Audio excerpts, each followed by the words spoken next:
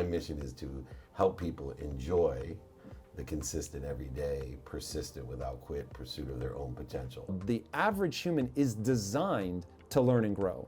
We're designed to take in information from the outside world, to concretize it in our minds, and then to create on top of that. I was like, I don't need to be special. But I also knew that I was lone wolfing a lot. And I was like, they always say, if you're lone wolf, you'll survive. If you're with the tribe, you'll thrive, right? So excited to be here. We're actually at the Impact Theory Studios. I haven't been here in a little while since COVID with the incredible Tom Bilyeu. Thanks for having us, brother. I'm excited to do it. It's good to be together. And I got a new partner in crime for a retreat that you and I will be instructing and participating in Santa Barbara called the Men's Retreat.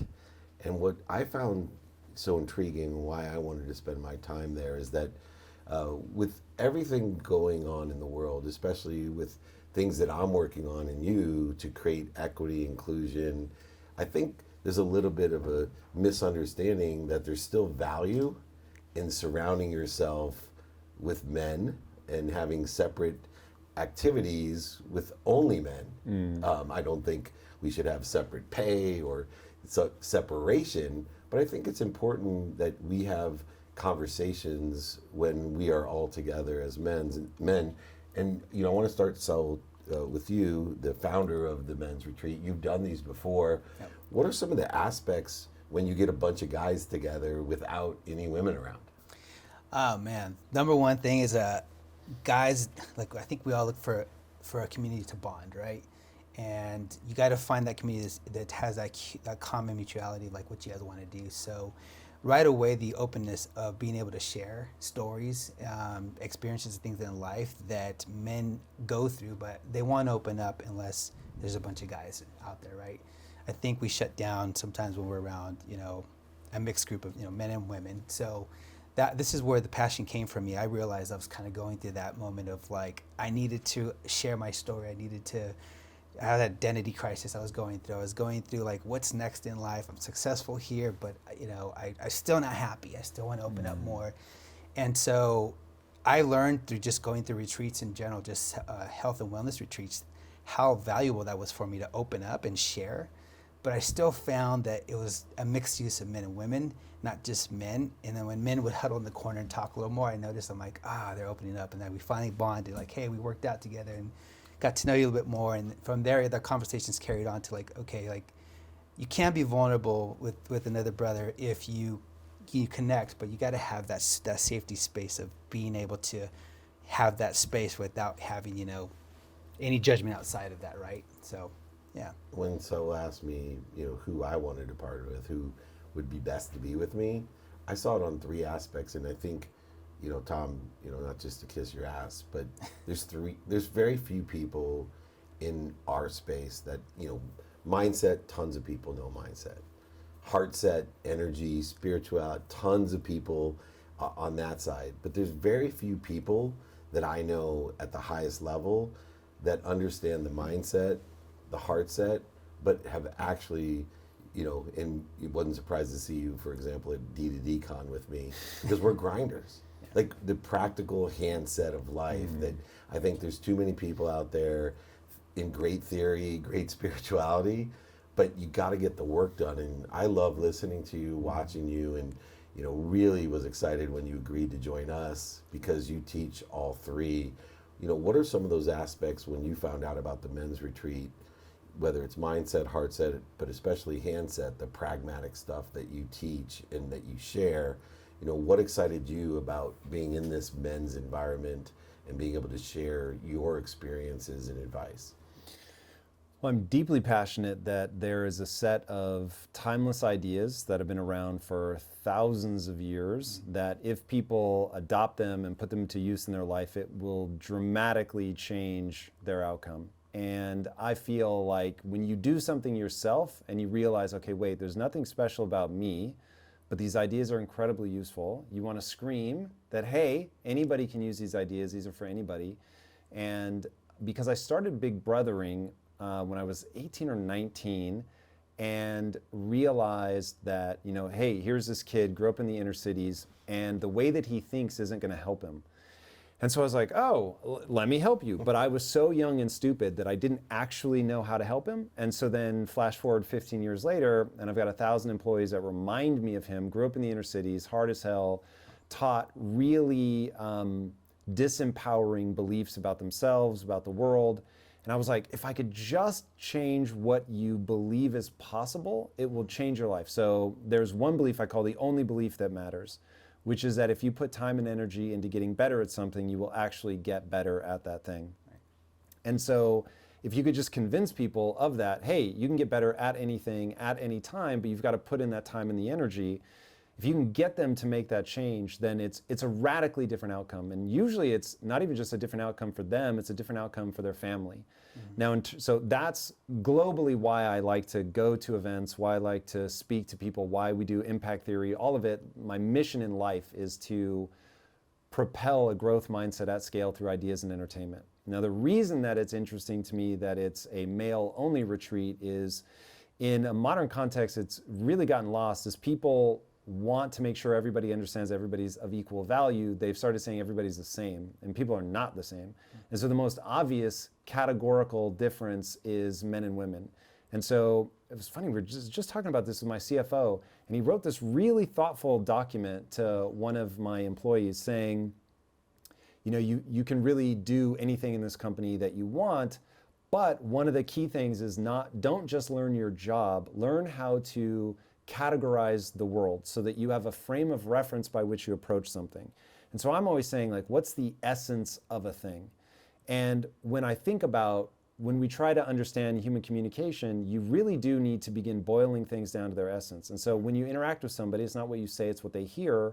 And when you're talking to a guy, there's a lot more that you can take for granted that they just have a common experience, whether it's what the brain is like when it's soaked in certain hormones growing up, whether it's the, just DNA biological difference between men and women. And look, there's more overlap than there are differences, but if you don't understand the differences, then you don't understand why people at an event will tend to gravitate back towards men over here, women over here. And it's really fun to come together, and it's really enlightening, and like your life will not be as rich as it could be if you don't learn how to mix well.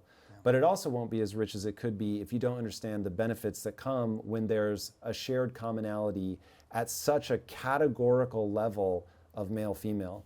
And so, again, in the modern context, and it comes from a beautiful place of wanting everybody to feel like they can be anything, that nobody's better than anybody else, you can become whatever you want. And those end up being true in the final analysis, but the reality is that we are a certain way. And once you try to divorce yourself from that base reality that a man's experience is going to be different than a woman's experience, then you begin to break the prediction engine that is the brain. And so the human animal is a prediction engine. And as we have tried to make sure that everybody feels loved and accepted, we've begun to break the prediction engine because we are different. And so the fun of all that is to say, okay, the 50% of us that's hardwired, we get to just take that for granted for a minute and now explore that malleability space in a more limited subset. And so there's just easier shorthand, there's more commonality, so on and so forth. What are the other aspects, though, that you created that excites me? And we get to speak and share stages, which always excites me to speak to people. But what bothers me at speeches or masterminds, a lot of times it's not a conversation. It's not in a type of setting of a retreat. We're not in a capability or mindset of listening for. You had talked about it's not what you say, it's what they hear. But there's another aspect of knowing what people are listening for.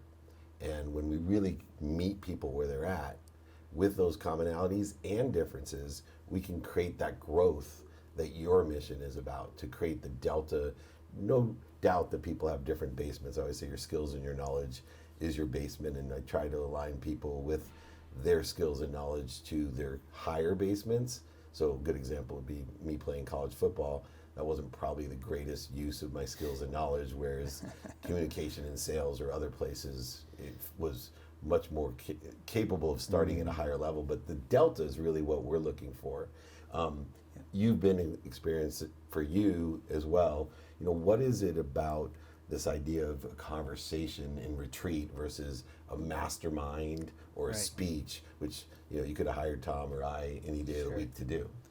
I'll tell you where Grounded Men started. It's I chose the word grounded because I was looking for ways to ground myself as a man, and I started noticing most men need to ground themselves first before they can take a step forward, right? They need to get solid with themselves. So what do we first do? We work out, right? So I started working out with the best personal trainer I could possibly find, and then I started to get into my health. So I was like, okay, I'm gonna start doing some biohacking, cold bath plunges, red light therapy. Got into longevity medicine, which, just to help enhance my, I'm 46, so I wanted to stay young and active. And so I realized I was grounding myself if I was doing this. And then I started working with personal mindset coaches and relationship coaches because I was going through a relationship at the time I was struggling with that. And again, I kept finding ways to ground myself. And I noticed that when I started talking to men about this, I was like, I was sharing my story about, I was being vulnerable. It's like, hey, I was going through this breakup and I started working with this coach, and man, it's been amazing. Like, I've gotten through this. And they're like, cool, like, who's your coach? Like, who are you working with? What did you work on? And then next thing you know, they're like, I need to work with that coach too. Like, my relationship is struggling. But I learned really quick that going through all these retreats, for the men to really connect, I was like, first you got to make them feel like men, right? They got to bond. And I was like, what do? We got to ground them by doing little workouts, having them do some longevity stuff, some biohacking stuff, making them feel like men. And by that time, the guys open up. They start sharing stories, start talking about it. We get in the personal coach in to do the personal mindset, coaching. And at that point, guys are going to open and start sharing the story. It just takes one guy to raise his hand and start talking about something he's going through in his life, his relationship, his career, like what's next in life. And that's where the personal development coach that we bring in, the experts, really tap into, like, helping them through, because we've all been through failure, we've all been through successes, but we also want to go through like what's next in life, right? So the power behind these modules that I come up with, I was like, this is how we ground ourselves to get back in alignment with ourselves and feel good and confident and step forward. And the fun part we do in the end is we do the outdoor activities. I call it cowboy shit. We take them to the ranch, get them on horses. Most guys are like, they want a challenge, but when you get them on front of a horse, and you get them, like, we're not just gonna follow each other. We're gonna gallop up those hills and ride a little bit. It's a different experience. But I tell you what, by the time they're done with it, their confidence went up. They feel challenged as a man. They're kind of grounded again. And those are the kind of things that I was like, when you walk away with these kind of retreats, is the guy walks in like looking for some kind of answer, a little bit different in his life, something to realign himself to. But by the end of the day, you've done 5 things that you can go back home and start doing yourself and get back in alignment with yourself. And Tom, that resonated with me when he told me that idea. And with you kind of hit a point in your life where you're like, wait a second, I can do a lot more with my life than what other people think I'm doing with my life, or even what you thought you were doing with your life. And to be able to realize and be aware of your capabilities and be able to then, ignite those within you, and now you do it to millions of people around the world, which is what I love about working with you, is you tap into why your own story. My story is one of redemption and surrounding, but yours is truly one of, hey, wait a second, I'm much more than I consider myself. And that grounding, what were some of the aspects when you transformed or transitioned your mindset, heart set, and hand set into, I'm limiting myself beyond belief, and although I've convinced myself I can't do it and others are telling me I can't, actually I've made a huge mistake, and watch me now is kind of what I think of Tom Bilyeu. The big thing that I realized is that every species has a path before it. So you're talking about horses, and this is the example that I always give. So 20 minutes after a horse is born, it's doing all the things that a horse can do. But humans are not like that. We've taken a radically different path. Now it ends up being the most successful path, right? We become the most dominant apex predator the world has ever seen by taking a strategy of culture, basically, that you're born, you can't do anything. You can't hold your own head up. You're like defecating on yourself. It's a mess, right? And that goes on for years. And it does that because we're in this incredible race with basically physiology of how big can we make the brain, right? So a big wrinkly brain is the key to intelligence, and the whole modern world is the answer to what does intelligence look like. I mean, we literally have terraformed this planet and may one day do it to other planets as well. And to do that, though, you have this battle of how big can the head be and still fit through the birth canal and the woman still walk upright. And so we really are right at that edge of, if babies' heads got any bigger, then women wouldn't be able to walk upright and be stable. So then it's like, okay, well, we've maxed out how big the brain can be at birth, but like, can we stretch it beyond that by having this extended neonatal period where the kid can't take care of itself, you have to feed it, care for it, do all of this, give it 25 years for the brain to finally stop developing.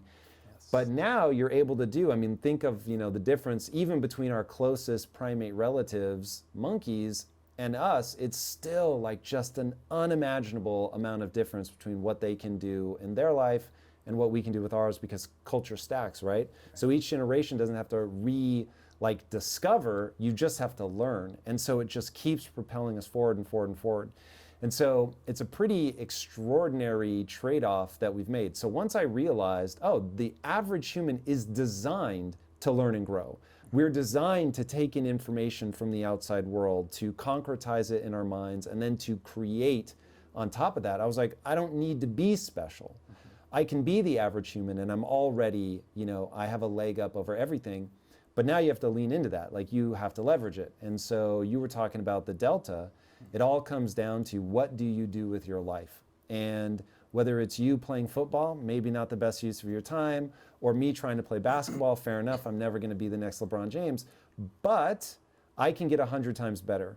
And so if we can all get 100 times better at whatever we apply ourselves to, what do you apply yourself to? And how dramatically different is your life if you take the time to get 100 times better at something that you love? And if you have a goal that is both exciting and honorable, and you apply yourself to getting good at the things that that goal demands, then it gets pretty exciting and life is pretty amazing. But it was really realizing that I did not need to believe myself special in order to do special things. I just had to focus on getting better. One of the areas that I want to talk about at the retreat is aligned with what you're talking about. It's even extended or amplified even further by technology and artificial intelligence especially, where we still have to remain the master of this manifestation process, materialization and monetization that we're able to experience.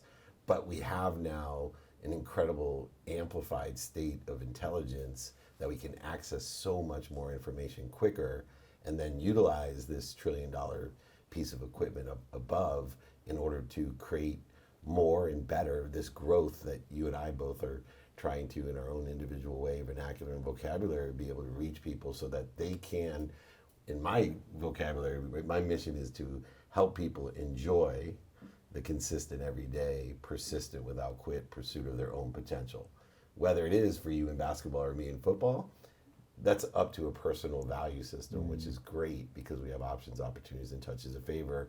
And so many people are limiting themselves from those just through mindset, heart set, and handset. And I can't wait to have conversations with both of you about, like, okay, this AI thing, and have all these other people who are impacted by artificial intelligence with their fears, their limitations, but also their capabilities. Right. And say, wait a second, for me, this is what AI is. And I don't want to get into the details because I'm just excited to a fresh conversation of subject matters that everyone's thinking about with like-minded people, and get and participate in a perception other than yours. And when you're around extraordinary people, which we're all blessed to be, it's not just us that are teaching and the health, or whether it's Marshall Falk teaching finance. Or whatever it is. It's just that conversation of a collective consciousness that historically has elevated an awareness.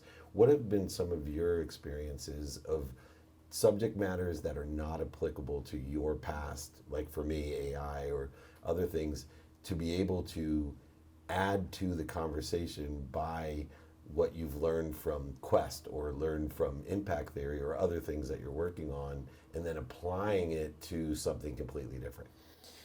I mean, the skills that I've acquired that have been surprising, goals make demands, and then to me, you have everybody has one of two options. You can either outsource. If your goal makes a demand of something you're not good at, you can either outsource that to somebody else or get good at it. And so I think too often people are like, oh, just forget about the things you're weak at, just focus on your strengths. you won't necessarily be able to get where you want to go. So what demands do your goals make, and then face that head on. If you can outsource it and you don't enjoy it or you're not good at it, by all means do that. And then if you have to learn it, learn it. So finance has been a big one for me. I don't find finance interesting at all, but it's so important. And so to your idea around handshakes, like at some point there's a rubber meets the road moment, and finance, if you want to be an entrepreneur, like finance is one of those, math being another. I wish when I had asked my math teacher, when am I ever going to use this? She had said, every day in business. You will use math every day in business. And so you can think that it's not going to be applicable, but the reality is that it is. So that's been a big one. Things like AI, those are paradigm shifting tools that really can't be understated. And we could do a whole convention around just AI. It's going to be brutal. Like there's going to be blood, but it's also going to be transformational for the people that actually take the time to master the skills. And quite frankly, the only way that you're going to be able to compete in a world with artificial super intelligence is basically to merge with it. And so it'll be interesting. I don't know if you and I will see it together. I don't know you well enough to know what your thoughts are, but AI is going to be a trip. And this is one where people are going to really be confronted with what is spirituality? What does that mean?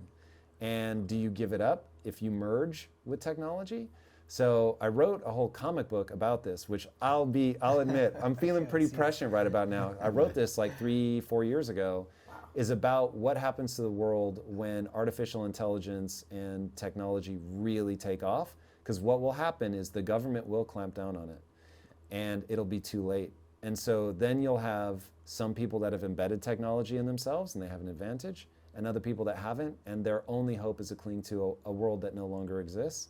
And so it gets weird fast. And so my thing is everybody needs to face those challenges and dangers head on, never hide from something. It's not going to go away. So face that problem, figure out what the solution is. And I think that when it comes to AI in particular, I know you don't want to get into the details, so forgive me, but everybody. This is only the beginning of it. We're gonna fall into 3 buckets. So most people are gonna try to bury their head in the sand because it's gonna happen so fast. So to give people scale, it took, I think, 32 years for the internet to get 1 million users. It took OpenAI a month to get 100 million. So it's being adopted so fast, it's absolutely terrifying. And it just will keep iterating. So it took, I think, 2 years to get ChatGPT 3, and it took, 6 months to get GPT 4? Yeah. So it's the rate of change will accelerate. So most people are going to want to bury their head in the sand because it's coming so fast that they're getting terrified. Second option is to panic. Now, the problem with panicking is that you literally are removing the blood out of your prefrontal cortex. So now you're making yourself dumber. So the prefrontal cortex is the seat of higher level cognition. So all of your future planning goes away because you're just freaking out. And in the face of something that is 1 million times smarter than you, probably not the smart move. And then the third option is to get good at the tools, to leverage AI. And I think ultimately Elon Musk is right, we will have to leverage AI to increase our ability to merge with technology. Otherwise, we won't be able to keep up. And so I'll stop there because we really could derail. But I want to get into the conversation while we're there about how do we make AI our servant. And I've been in technology since '92 and remember the fear that existed on the internet and people who thought it was a fad. And those people that understand how to use technology as your servant and not your master really, like you said, can take advantage. Now I'm going to turn the tables on you, brother. So you're running this retreat. You've done it before. You've had extraordinary people there. Yeah. I want to give people a sample of what it's like, the value that Tom and I can bring. So I was hoping maybe you could ask us a question. I'll let Tom answer it first so I can play off of his answer because he's smarter than I am. Although my frontal cord, look at the size of that solar panel. You think I'm a genius. You mentioned a couple things earlier about empowering, your employees, and I think this is the one thing that really stood out for me. I've always reached out for coaches like in my career in software. The reason I got to the top is because I had coaches that empowered me, got me there. So I think it's very key and important to apply that to different parts of your life, which is why I found like those 5 grounding points for me were powerful. But when I share with other men, they're like, that makes them feel powerful too. So empowering them, like some of the things that do come up in the retreats when we start opening up. So we have a mutual friend that I work with, and he did my first retreat. And what he shared in that first time, it was about relationships, you know?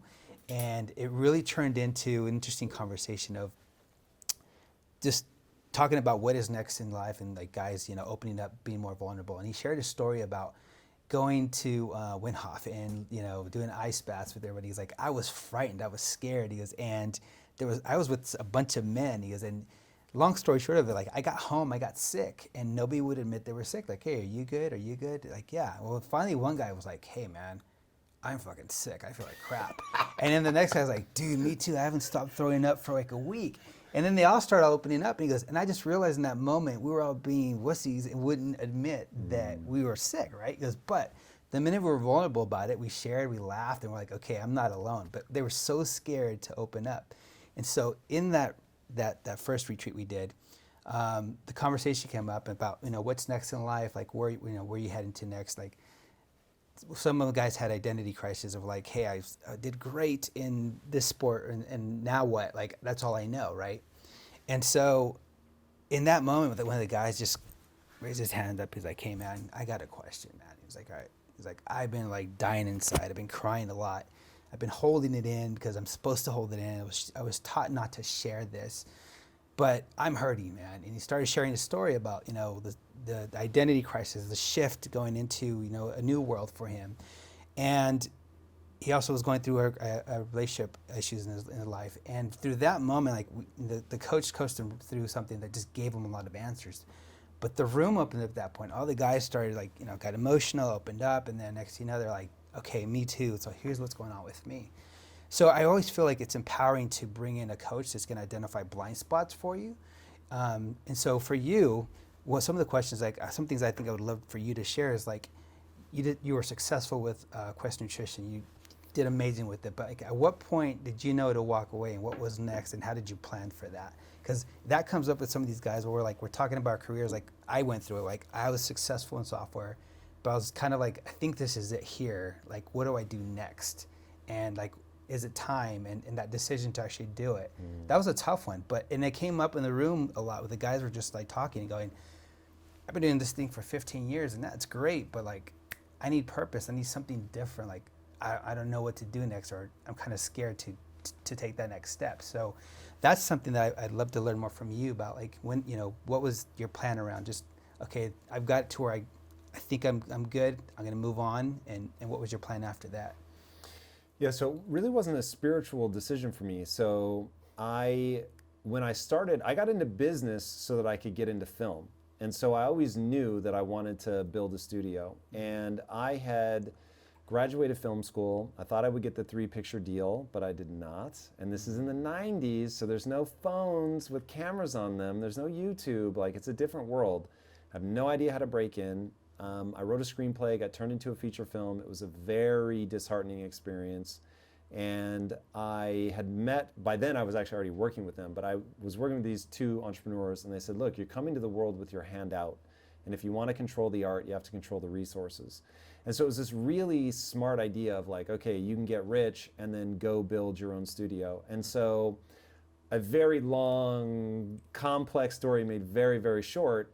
So Quest just became so successful that I was like, okay, I'm actually going to be able to pull this off. But I thought honestly that I would build the studio inside of Quest. So Impact Theory in its first iteration was actually called Inside Quest.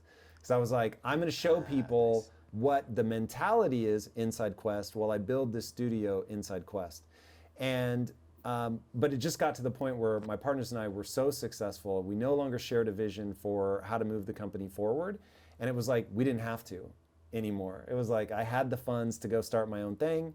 So I was like, okay, if we don't see eye to eye on how to build this, then let me spin the studio out into a standalone company. And so I did that, and I took a bunch of employees with me, started Impact Theory just because it was the time, right? There was getting to be friction over how to move the company forward. And so that just made that decision, right? It wasn't like, oh, I have reached a certain milestone or anything. It was like, nope, I have the capital to do it. There's no longer shared vision here. So cool, let's start it. And so I knew that when we made all the money, I knew I wasn't going to retire. So that wasn't even like I had to debate that or think through that. And I can spare everybody that meaning and purpose is all that matters. How you feel about yourself when you're by yourself is the most important thing in the world. And if you're not pursuing a goal that's both exciting and honorable, like your future just will be meaningless to you. So I know I need to do something. I've had this vision of building the studio since I was 12. Like, let's just do this. And so my last day at Quest, if I remember right, was a Monday. And then my first day at Impact Theory was a Tuesday. And that was it. And just went from one to the next. And with a very clear vision, because I'd been thinking about it for a long time, about what we were going to do, how we were going to do it. And that was part of the disagreement. I could see where media was going. And I was like, is this a whole new world? And if we're not doing something on YouTube and really being dominant there in the podcasting world, that we'd be missing a trick. And so that was where we started, but it's a much bigger thing for what we're doing. So what I think is the problem is people don't have a clear vision for what they want. And the reason they don't have a clear vision for what they want is they believe that meaning and purpose is an archaeological dig, that they're going to go inside, they're going to uncover something that's been there since the time they were born. It just doesn't work like that. There are things that you're interested in, and then you decide if you're going to turn that into a passion, which is the whole thing. If you care, I can walk people through how to do it. But the reality is you have to assign meaning and purpose to it. So I think that's the big disconnect for people. And the question that I used to get asked all the time, how do you find your passion? You don't find your passion, you create a passion. And so if I could get people to understand that that's a process, then they'd be a lot better off. So for me, there was no moment of disorientation, there was no loss of self. Like, myself isn't tied up in anything that I'm pursuing. It is the act of pursuit that is my identity. So I know I will always be pursuing something. And so it just becomes, and that's how the human mind works. So again, I don't need to think I'm special. I need to recognize I'm the average human. Same thing with meaning and purpose. I can't avoid it. The average human can't avoid the need for meaning and purpose. Yeah. And so if I know that that's true, then when one thing ends, it's not what am I doing next, it's what am I going to invest in emotionally to elevate those around me. And that could be through a food company, it could be through a media company, that's irrelevant. It's just in what way am I going to elevate people? Yeah, awesome. Which I love listening to, because so many times we share the exact same beliefs with different experiences and then utilize different ways to describe what I think at a higher vibration or frequency that I see a lot of people that live with passion, purpose, and profitability. And I think they're closely tied. Some in a pragmatic way, when I listen to Tom, I think to myself, Tom's someone that, one, he understood his timing and risk tolerance of his passion, and then incorporated within the context of your timing and risk tolerance. Because some people, like Tom and I, we had the exact same methodology. I took it from a movie called The Miracle on Ice, which was about the 1980 Great hockey movie. team. Yeah. And I remember Herb saying, the legs feed the lion. And so I focused, since I graduated law school, on having the strongest legs, because I had been surrounded my whole childhood with people who had weak legs, and they were always giving away instead of, building that up. Is this metaphor or literal strong legs? Yeah, right. Both. A metaphor, right? But in that context, I knew that the more wealth that I could create, the more options, opportunities, and touches of favor I could do to do one thing, which is the similarity between Tom and I. Is I believe so many people are in search of what they already have. Yeah. Right? They're in search of their why instead of applying it. And so I do use faith, and whether you're spiritual, theoretical, philosophical, or religious, I have a great definition for spiritual and religion. Right? I always say people that are religious are afraid of going to hell, and people that are spiritual have been to hell and are afraid of going back, which has always worked for me. But in the context, when you believe in a unified, omniscient, all-powerful system of thought, and you're part and parcel to abundance, right? This unbelievable amount of inspiration, then all you should concern yourself with is what are you doing to interfere with that, instead of trying to go get what you already are part of. Right. And so to take varying perspectives of success in different degrees, but at the foundation, we both believe the same thing. You are already, right? We're just applying our why, and then there's pragmatic tools to say, okay, are you someone who's timing your risk tolerances? You want to live in a car for 2 years? Tom and I didn't want to do that, right? You probably could have been like J.K. Rowling's, and who knows, living on the streets for 3 years. And I do sometimes wonder though if that wasn't a mistake. So if I had to do it over again, I wouldn't play it the way that I did now. Nice. The problem is I would need to know what I know now about how to become great at something. It's tough. It's people will, for very different reasons, come to very similar truths because there are only so many things that are true. But one thing that I find interesting is there are certainly things that we wouldn't see eye to eye on, we would disagree about, and it's that I think is one of the things that's beneficial for other people is what resonates with me, what would work in my experience, my skill set, etc. And that it drives me crazy that in today's day and age, it's like, no, either you believe what I believe or we have a problem. And it's like, I don't see the world that way. And one, you may be able to see something that I'm blind to. And if I spend all my time trying to convince you to see the world the way that I see it, then I might miss something that you already know. And so if we can get people out of being so dogmatic, like at the end of the day, your job is to learn and grow and get better because that skill set will have utility. It will let you do something, right? So if I'm playing basketball against, a Kobe Bryant or someone like that, I want to learn. Like even if I think I know something that they don't, it does not behoove me to say, no, you're wrong. I can think it and decide later that I'm going to discard it. I mean, this is like what Bruce Lee says, take what works and discard the rest.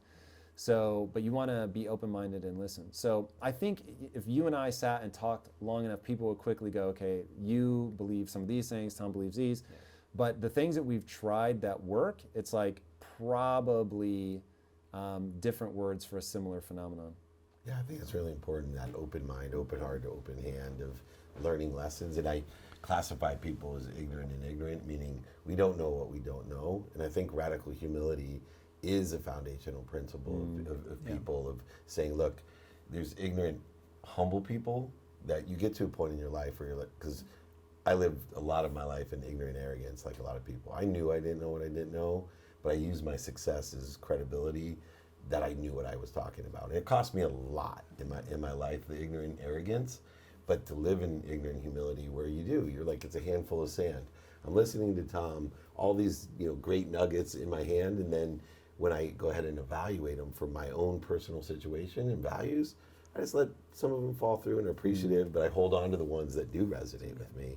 And I think that's part of the value of the retreat, is all the multiple perspectives of different people in different situations, different histories, different meanings of histories, and we start to formulate what's right for us by what's resonating with us. Yeah, and one of the key things you both mentioned is number one, like clarity, right? And sometimes, like, how do you get clarity and what you want to do next, like your passion? And so, going through that experience, for me, I had to go through something to get clear and go, okay, now I know what I want. But I also knew that I was lone wolfing a lot. And I was like, they always say, if you're lone wolf, you'll survive. If you're with the tribe, you'll thrive, right?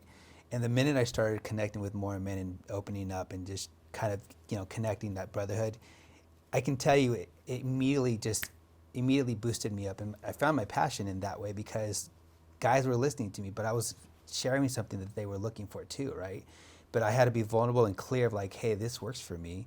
This is what I'm doing. And they were like, cool. Like, they wanted to listen to what I was doing, but also it kind of gave them curiosity, like, hey, I need to share more. So one of the things that I think that I really value in these retreats is there's going to be a bunch of questions, right? And the whole key thing is to get guys comfortable to open up and share and have a brotherhood, because these are all high achieving men. These are men that have done awesome things in their lives, but they're looking for other things that they want to do awesome as well. So my goal was to bring in my resources that I've been really fortunate to have, the coaches, and help them, bring them in alignment with who they are, right? And so some of these conversations will be like, when we talked about this last time is, you've done great, but how do you hold on to it? And that's a big question that comes up, is like, what's next? But how do you hold on to like what you've built, right? And you have to wear your Superman outfit for everything else, and just knowing that you're not alone. There's other guys that feel the same pressures. It feels good in that community. So that's kind of that's my hope, to inspire these men to be able to open up and be able to do that more, because it does come up pretty often, and it's pretty awesome to see at the end, like, hey, you're not alone. It's cool, and these guys connect, and they're able to keep that relationship going after the retreat and to stay connected in that sense. So Yeah. And what do you see as next? So you talked about building relationships. I'm sure there's a lot of relationship capital that's built, bonding, even some business development. I've never been to one of these things when you don't have hyper actualizing people together that don't create new things together in that relationship. But where do you see this going? Is it going to be an all women's retreat, or you're going to bring in Lisa to do that one? But Yes. So it's funny because we originally I started just because it was my story, my passion. I was like, God, guys need this. And every girl that I shared this story with, I was like, my husband, my boyfriend needs this. I'm sending him to you. Can you work with him? And it was funny. I was like, yeah, I'd love to. And I'm talking to these guys, and they're like, I'd go. It's something new. Like they didn't even know it existed or where to go. So there are a lot of men's communities popping up, but I think what I think is unique to us is bringing in the experts that are specifically experts in those areas to coach them in, right? I don't want to be the coach that's coaching them on everything. I think that the real secret sauce is to bring in the experts into this. But it's funny through this conversation, Coach started talking about the relationship that we work with, that we're friends with. He coaches mainly females, right? But I went to him purposely because I was like, I want to find a relationship. I want to settle down. I'm going to go to the best relationship coach out there. It's a women's coach, but I want to find out what am I doing wrong, and he's going to have all the answers because he coaches nothing but women. And so it's funny I did that, but I brought him as the first coach, and he gave us so many answers. And it just, the guys, married or dating or whatnot, it was so important for them. It was key. So I think the things that I really want to focus on here in this retreat is really helping the guys get the answers that they need in all these areas, because it's going to open up one way or another different areas, like blind spots that they're not really aware of, right? And that's the key thing, bringing these experts in to help them identify those spots. Now, the question you asked is like, what's next? Well, we've since then we started spinning off to just grounded, because I noticed a lot of women were like, well, I want to go to the grounded events. I like to work out. I like to do biohacking stuff. I want to jump in the ice bath and do red light. And I want to go work with those personal coaches. Why not women? And I was like, because it's interesting that guys want to open up in a setting where there's mixed men and women, but just men, they will. And I think women like the comfort of that too. So the next phase is actually to do a women's retreat, just specifically for women. And actually Lisa did come up right away as one of the names that were like, we'd love to have her. But yeah, that's the next part in life though. And do you see any other progress as far as the all men retreat of different things that you would like to add in the future? Or are you waiting till Tom, you and I, maybe Marshall get together and see, wow, we're missing this component? Is there a component today that you'd love to implement? Yeah, the biggest thing has happened if you've ever gone to these retreats or a mastermind, like you walk away so excited, you have all this information, you've met, and then what? Like you're on your own again, right? So I think the biggest thing for me is building a community, like the chapter that we have in Santa Barbara, the group that started. We all didn't really know each other. We just kind of like, that was my doctor, that was his friend, another friend that I brought in, another guy that I used to, go to his store and buy stuff, and I just invited them all. So none of us really knew each other directly, like really intimately in that level, like a friendship. But after going through this event, we started hanging out a lot. We kept in touch, and we kept each other accountable for the things that we want to talk about. So it's funny that they wouldn't open up to their friendship, their circle of friends, on the things that they are challenged in life, but to strangers, they're like completely open. So to me, I would love to continue this brotherhood and build chapters in a community of consistency, of checking in with each other, having regular, maybe quarterly events, things like that we can bring into the community, and even virtual stuff that to keep the guys connected with coaches coming in virtually, maybe just to build that up that way. So absolutely. Maybe to finish up, Tom, I always go into these things with my own takeaway, with my own objectives. Have you thought about, something that you'd like to take away from it, or to, just an overall objective understanding the format and who's going to be there? Is there something that came to mind that enticed you to say, hey man, I'd really like to do this with these guys because blank? Or have you thought about that?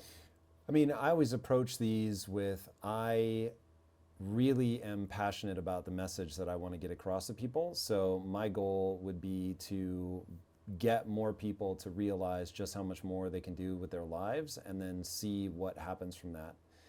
because my life was changed by these ideas so profoundly, it really is the fervor of the born again who, thought my life was going in one direction, that I wasn't necessarily going to be able to pull off the things I wanted to pull off. And then I realized, whoa, wait a second, that's the wrong frame of reference. And just the way that I'm wired, I want so many people to encounter those same ideas. And anytime I get a chance to, introduce them to people that may not already know in my flavor, right? Like you said, we speak in different ways, but a lot of what we're saying is the same. Mm-hmm. Some people are going to resonate with the way that I present these ideas, and that is so exciting for me. Exciting for me. I'm looking forward to listening to Tom as well. I have a question for you. I'm curious, part of this, and this is what I asked you this last time we were talking, but when you're going through certain things in your life, how do you ground yourself? What do you do to ground yourself and kind of bring you back to a solid state? Like at a physiological level? Yeah. So I am in constant maintenance mode with that. So one, people need to get sleep, as much sleep as you can get. I don't set an alarm. I haven't set an alarm for 16 years or something like that now.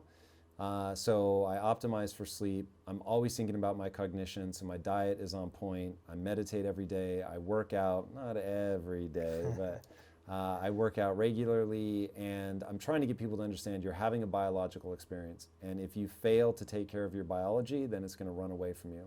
That could be anxiety, it could be depression. But if somebody comes to me and says that they're anxious or they're depressed, my first question is, what's your diet like? Because just like literally grounding yourself and understanding that grounding as a mechanism, if people have heard of it in that way, is standing barefoot on the earth. You're actually passing electrons back and forth from your body to the earth. It's pretty crazy. And so recognizing that we're a part of an ecosystem, recognizing that we are basically a collective of bacteria moving through this world, and they have their little levers that they pull to make you think and feel certain things. And if you don't understand that process, if you don't take care of yourself at that level, like your mind is going to run away from you, and you're going to try to solve it by thinking the right things or sitting in the right posture, and it's not going to work. And you're going to wonder why, and you're going to think that, oh, maybe not meditating hard enough or whatever. And the reality is you're just not taking care of your biology. So it's rare that I feel like I've gotten like completely out of whack and have to pull myself back, because I'm constantly aware of being a biological organism. But if there was one thing where it's like, oh God, like something's happening here, it would just be returning to the breath. Yeah. And literally breathing from my diaphragm. As weird as even me just saying that made you guys both take a deep breath. From my diaphragm. Yeah, it's there really is something to it. And so, I tell my students all the time, the epitaph I want on my tombstone is, you're having a biological experience. And I just want people to really understand you are a certain way, and there's a lot of you that's malleable, but if you, again, you're a prediction machine, if you don't recognize that your biology is controlling your entire experience, then you won't be able to accurately predict the outcome of your behaviors. And so, yeah, just getting people to focus on that. Cool. Thank you. And I love to ground people agreeing with that in the dependent variable of all matter on this earth in a pragmatic sense. So I believe that time is the dependent variable of all subjective and objective matter, including my non-negotiables, which number one is my health, to be grounded in my health.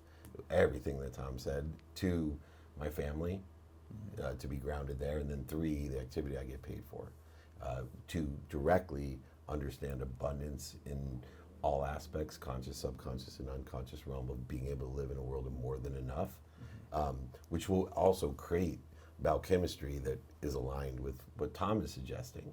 But I think too many people ignore the 24 hours that we're given, and they put meaning to their past failures, mistakes, setbacks. They put meaning to judgments and conditions of others and their own in order to be efficient, effective, and statistically successful with the activities of a day and a trajectory where they think they want to be. And so for me, I really want to teach and empower people with the understanding of time, past time, and where the limitations of fear, which manifest themselves in guilt and regret, or the time of the future, which manifests itself in worry and anxiety, all impacting the biochemistry in what we are as these bio beings. But there is a reality of 24 hours a day, which is the only limitation of our productivity during a day, the value we provide, the accessibility to others and what we access and receive. And most importantly to me is, most people know, is to understand how it impacts our gratitude, the true perspective that we have, and why someone that may not take care of themselves nutrition-wise, exercise-wise, etc., still can be extremely happy, productive, and through the perception of their gratitude. And they may not have longevity, they may have physical ailments and other things. So I want to integrate stuff that we learn from everyone with the idea of quantitative measurement of time, which can be put into these activities. And so I think it's really a great compliment, which is why I love doing anything with this guy across the table, because like he said, we vary in our own opinions and beliefs, but at its core, you know, I will tell you, after studying Tom and listening and learning from him, that there's still this idea of gratitude, of being able to just be appreciative of what we have, acknowledge it, and even understand this idea of abundance that will help everyone in this idea of being grounded. Yep. Thank you.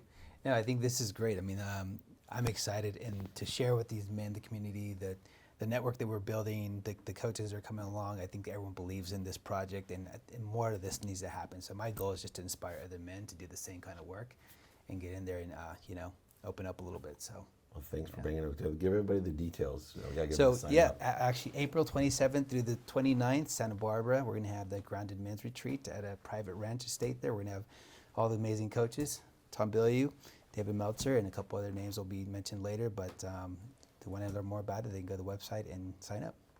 Perfect. Yeah. Thank you, Tom. Thanks for having Thank me. you. Appreciate it. Thank you, Saul. All right.